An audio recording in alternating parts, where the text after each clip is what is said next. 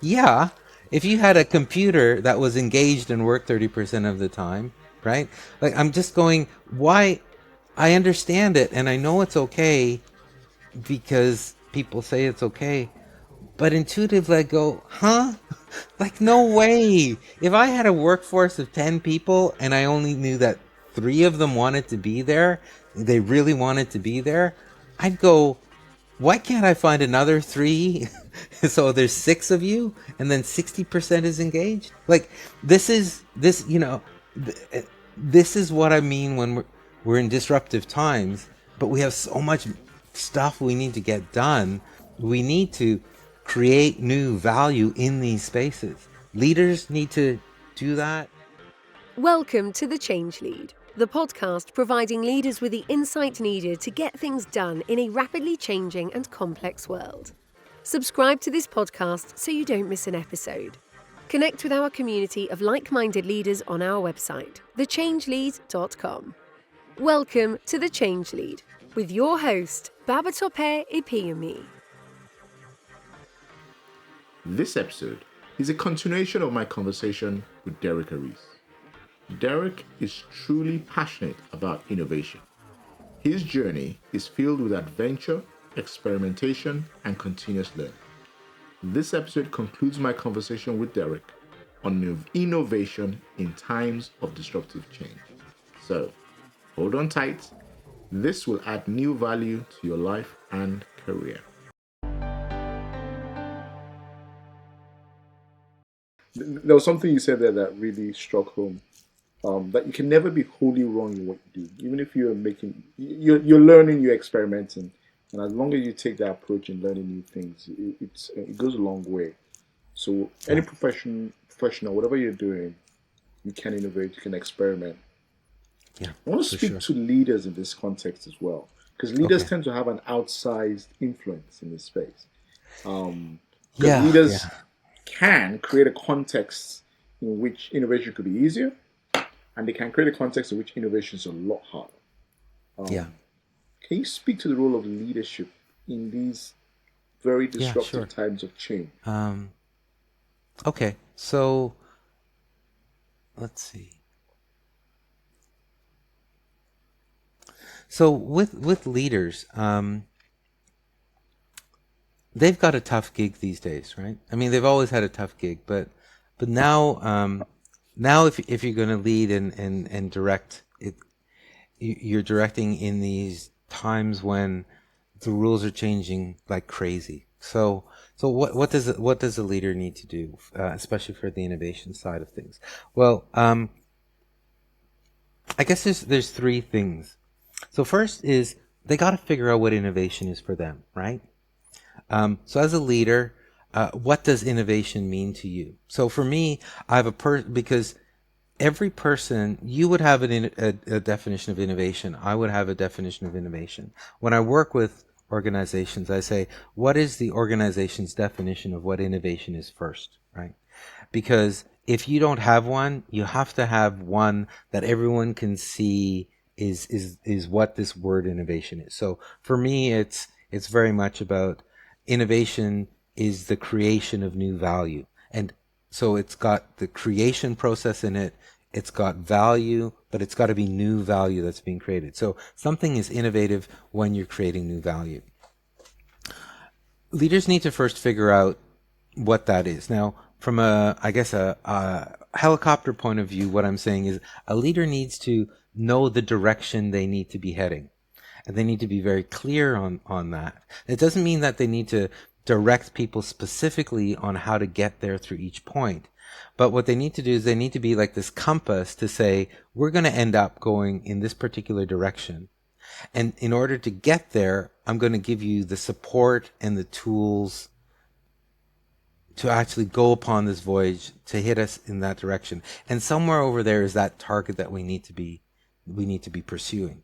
So there's a couple of things that are tied into that. Number one is they know the direction.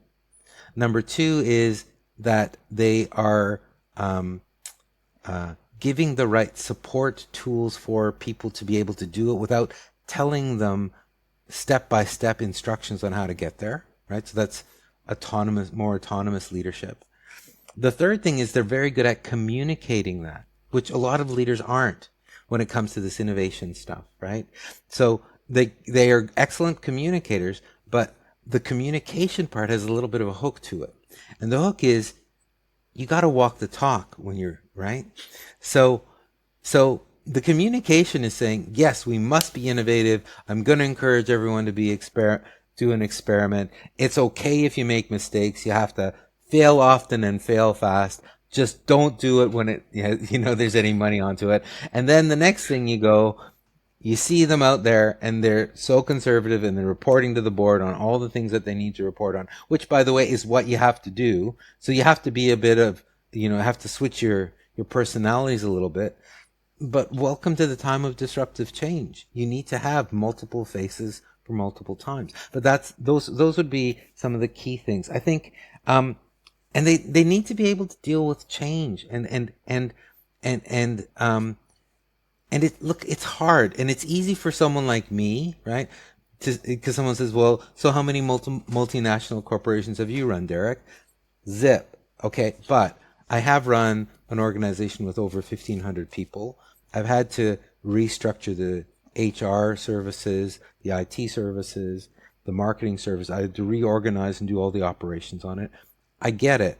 But we have to be smarter than just working in one silo. We can't do that to run large organizations anymore. So you have to drink from the Kool-Aid, not just say to drink the Kool-Aid. You've got to carry it. You've got to give people direction. You've got to give them the autonomy to get there. And you've got to give them the resources to do that and create those environments, those spaces, and those tools. And guess what? That's on top of all the day-to-day stuff that you're supposed to do in whatever organization you're doing. But welcome to the new reality, right? That's how things have got to be. Yeah. And people go, I don't have enough time. I just go, no, we've never had enough time. We've never had enough time. So prioritize. That's all. And I'm not being flippant. I've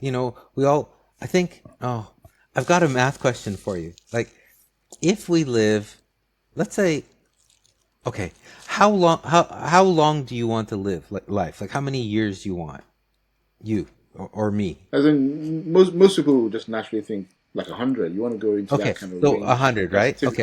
Okay, so 100. Now, how many days are in a year? 365. Okay, so 365 and a quarter. So 100 years times 365 is how many days? So, sorry, 100 days times 365. Let's try that again. 100 years times 365 days is how many days? I knew I could get there eventually. Yeah. You look at that's gonna be 36,500. Okay, 36,500. Is that a lot of days? It's a lot of days, but it doesn't feel that much when you No, I say it like mean, that. no. 36,500 days is not a lot. I mean, if I said, give me $100,000 or $36,500, and every day you spend $1, and let's say you're 50 now, well, you don't have 36,000 days. You got 18,000 days, right? So none of us have got more days or less days to be on the planet. So I get we're busy, right? But how much of that time are we doing on, I'm not going to say Facebook, but let's say social media, right? And how many other times are we like messing around and I'm not saying, but I'm going, there's a lot of stuff we need to do, but it's a bit like that brain thing we were talking about. We're excellent, but we got to more that we're excellent, but we're not excellent enough on this stuff. And with our timing and our priorities, it's the same. It's the same. And it's funny because when you find out how to do stuff, or it's important enough, you'll find a way of doing it. Like I did this art show for this friend, so and so it's a full gallery show that I had to do. So it was about 35 pieces. And even though I had a year in advance to plan it, I mean, you have to plan, design the artwork, do the layout, do the stories and all of that. So when I did it between 12 and 3 o'clock in the morning for 6 months. It got done, Wow. right? It didn't change my work. My work stayed the same. My commitments, my family obligations are all the same. but for 6 months I didn't sleep as much as I should have, right?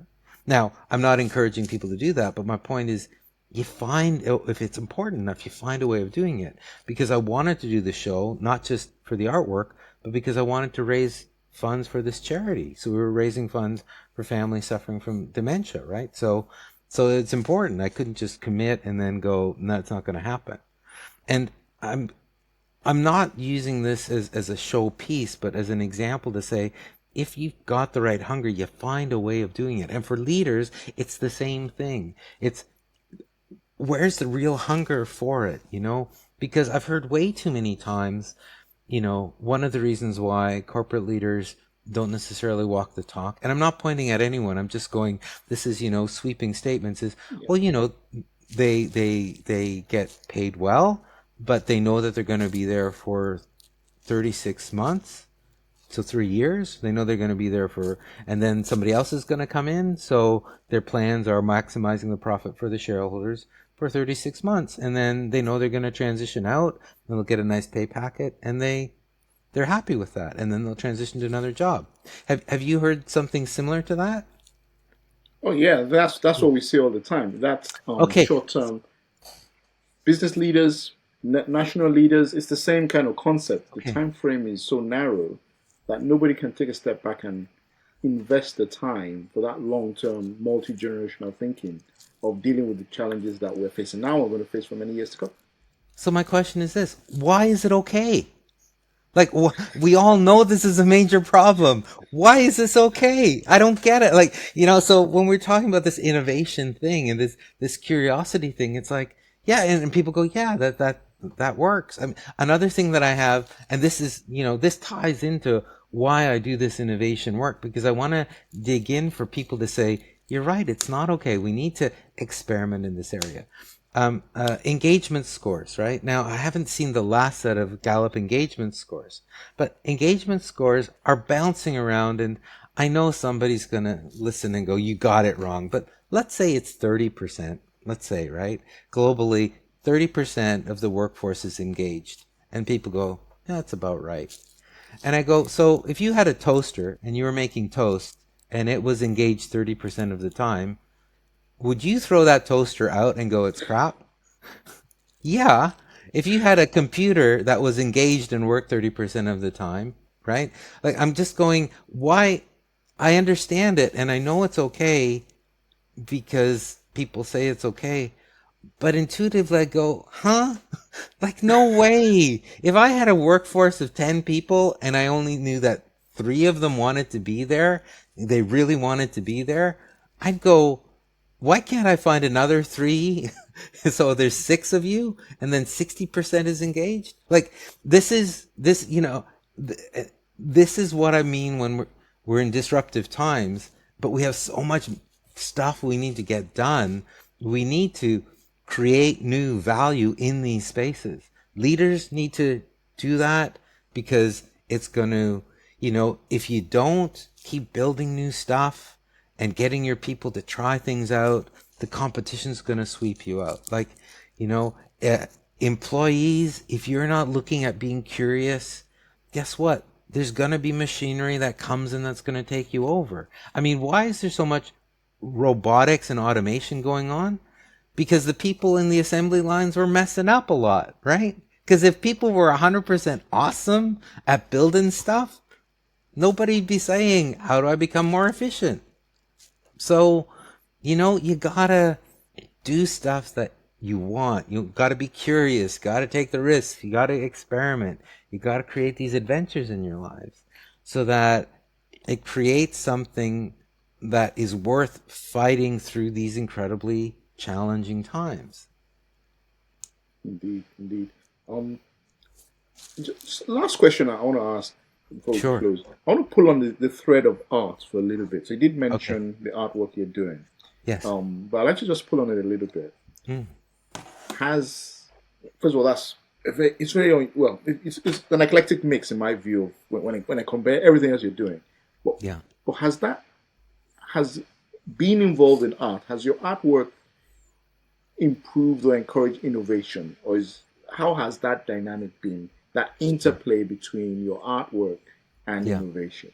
Sure. So I guess look for some of the people that will be listening to this, I do visual art and I do it mainly mixed medium canvas stuff. So I like having a canvas and painting on it and using paints, primarily acrylics.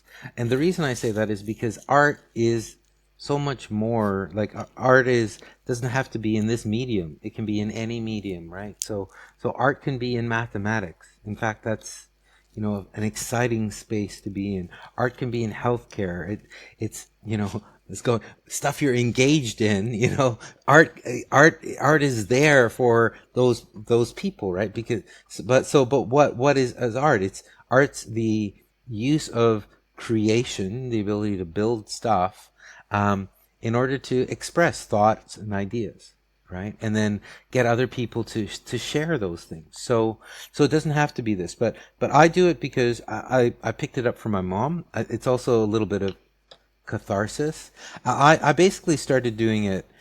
My mom is a well-known artist, so her in Canada. So Barbara Aristrovas, you guys can check it out. She does contemporary art, but on very hot topical issues. So she did an entire gallery on the history of money from coin all the way through to blockchain. And my mom's she's in her 80s, so like someone's doing stuff that's quite progressive because she wants to stay relevant. But she is constantly producing a couple of shows, and whenever I go to Canada, which is every year, to check up on mom and make sure she's staying out of trouble because she's always getting into trouble. One of the things we do is we do art. So I help on some of the admin, but then she said, look, let's do some collaborative work. And so I've always toyed around with that. And then I also, when I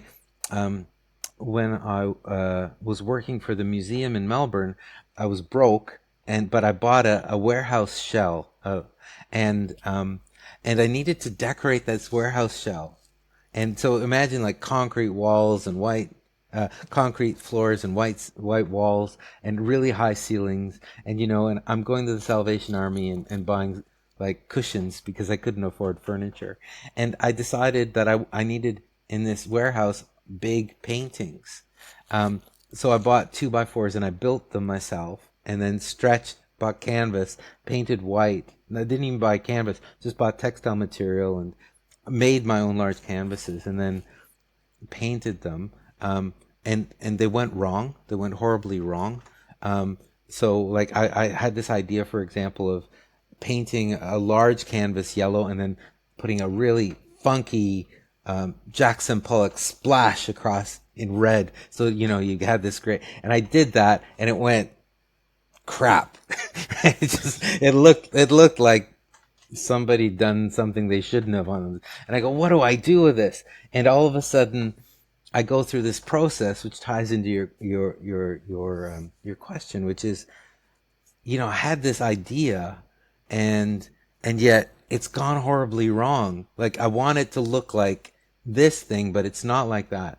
So then the next thing is you go, well, how do I get it to look like that original idea? Well, you got to pivot, you got to iterate, you got to use another material. So this yellow thing with this red went wrong. So I started mopping it up. And as I was mopping it up, I realized that the yellow and the red would blend to create orange.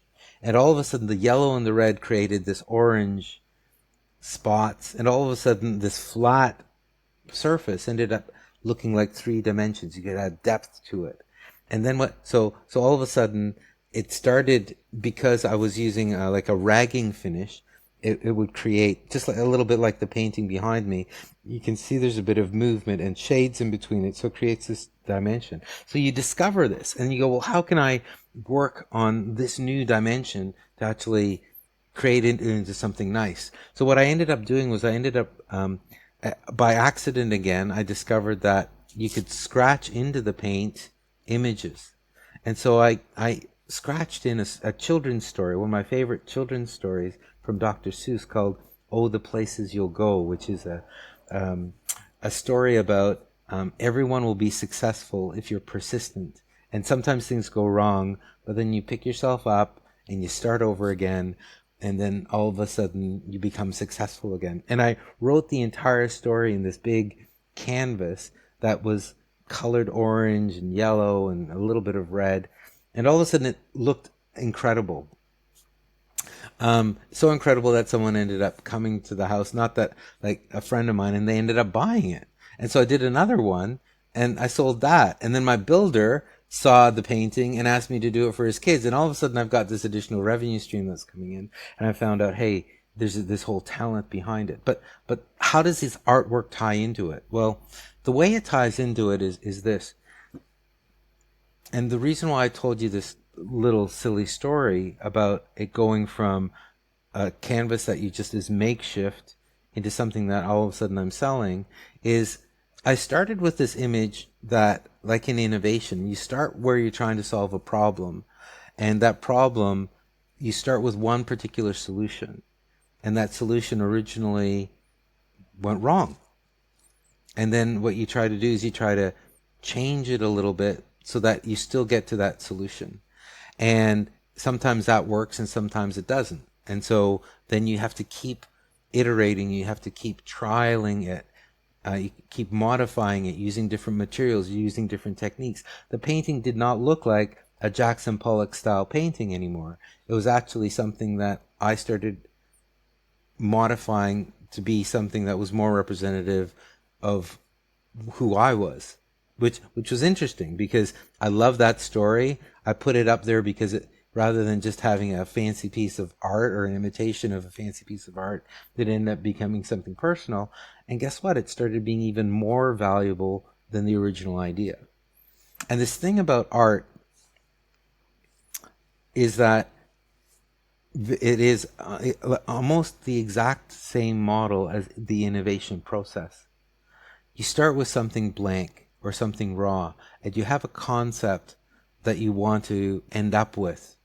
And as you're building this concept or building this idea, some things work and some things don't, and you need to modify it and keep modifying it and working on it until it becomes something where you've created value, either for yourself or for the other people that see it.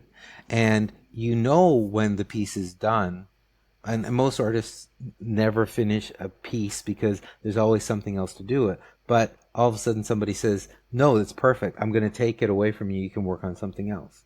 And it's that systematic process of planning and trying it and modifying it and getting the message out, and it's not the right message, and modifying it again, that keeps you moving. And it is almost like the twin of the formalized business innovation process, right? And I love both. So that's the connection in it. And then the other part of it is, is my work good? Some people buy it, some people don't. Am I out there to make it into a commercial success? No, but if it's something that helps people or makes them feel good, I'm great. But a lot of it is just the process of actually doing things that that allow you to communicate messages. Like, for example, the piece behind me is a piece, one of two pieces, where I was experimenting with the concept of the left brain and the right brain. So one of the paintings, the one that I have behind me, is done completely with my right hand, so using my left brain. One environment, and then the similar twin, but it's in a different color, is done completely with my left hand. So similar techniques, and not at the same time, right? But similar environments, similar spaces. And then in the exhibition, I say, so let's look at what the right brain is doing, what the left brain is doing, and how they're similar and how they're different. And it's like, and then you go, and when you're using your right brain, you switch, you can switch to use your left brain. So then I did a third piece, which is actually a combination of layering the right brain stuff with my right hand, stuff with my left hand, and I get people to compare all three. And then I start talking about, this is the same thing when you're being critical, and when you're doing critical thought, and when you're doing lateral thinking. You're going from creative thought, which is very wide and open, to critical, which is very narrow. and you need to be able to switch between the two. And so notice how it comes out in a piece of art. Now, can you feel it when you go from critical thinking in your head to creative thinking in your head? Do you feel that subtle switch? And what is the difference? And can you switch between the two? So, see, not intentionally again, but all of this stuff is morphing into the same message through different forms and different medias. It's fun. It's fun and it's cool. It's fun. It's amazing. I have to say, I think what you shared is inspirational. It's insightful. I've learned a lot listening to you, but it's also inspirational. That we need to be. You've basically inspired me to become more innovative, take more chances, take more risks, experiment more. Just in closing, what I don't know how easy it will be for you to do this. What one phrase would you want to leave people with as we close out our conversation? One phrase. Ooh. Okay, let me think. Let me think a little bit. Okay, it's a tricky one, I know, because you said so much, but you want to go for it. So I think. Okay, so I think you're right. It is hard for me because I talk too much, but I think it goes back to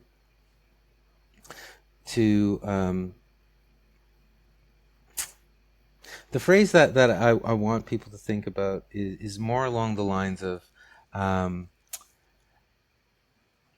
it's more along the lines of look,